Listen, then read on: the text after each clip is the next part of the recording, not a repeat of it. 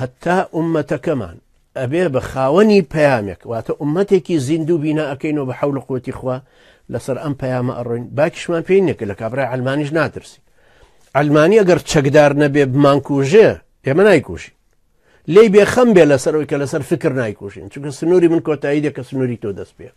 تۆ یەزیدیت مەسیحی جوولەکەی بێدینی کۆمەنیستێکی هەرچی شتێککایی من دژایەتی فکری تۆکەم، ململانەی فکریەکە ئەەکەم کە چەکت هەڵگرتووە ئەبێەوە بزانی نرخی چەکدان و نرخی خوێنەکە ئەبێ بدەیت کە تۆ خوێن ڕێژیەکی دزیت کردووە، جەرائیمت کردووە، خراپەکاریت کردو، ئەبێ ڕۆژە لە ڕۆژان بتهێنینەوە پێشەوە بۆی ئەو محاسبە لەسەر بکەینەوە.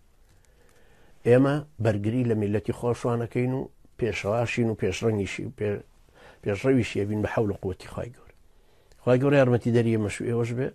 کاری من ڕۆشن فکرکردنی ئێوەیە، بەرچاو ڕۆشنکردنتانە. حەزمە کرد من لە کوردستانە بوومایە، پیاوی دەوڵەتیش نیم من بەڵام من پیاوی ئومەتەکەم لەگەڵ ئومەتەکەم. حەزمە کرد مرکزێکی استراتیجیم هەبووایە، حەزمە کرد لە مامۆستایەک بوومایە لە جامعەیەک دەرسم بووتایەتەوە، حەزمە کرد مرکزێکی ڕۆشن فکری خۆمم هەبووە کە خەڵک سیمینارم بەردەوام لەگەڵیان بجێڕایە.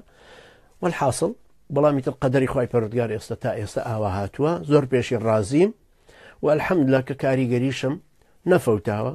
من 26 ساڵە ئەوە بۆ 32 ساڵە 33 ساڵ 34 ساڵە لە دەرەوەم. لەم 34 ساڵەی لە دەرەوە 1 ساڵ بەردەوام لە کوردستان نەماومەتەوە لەبەرە بە حکمەوە کە سیەکانم لە دەرێ بوو.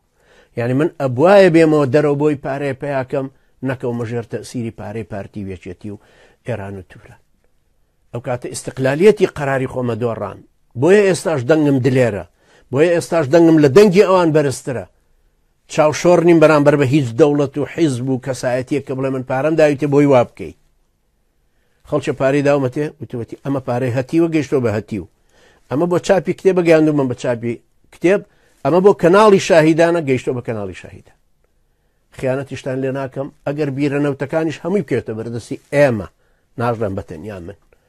بە حەول و قووەتی خوا ئەو نخبە مسەقەفە پەروەردە ئەبێ، ئەو ڕێبەرێتیە، ئەو بزاوتە شیاوە ئەەکەین بۆ گەڕانکاری لەو واقعەیە کە کردویانە بە دارالکوفر و هەر ئەیکەینەوە بە دارالئیسلام. ئیسلامێکیش کە هەمووتان لێی حەساوە بن، نان و ئەمانیش بۆ هەمان با بەردەوام بێ شۆڕشی نان و ئەمان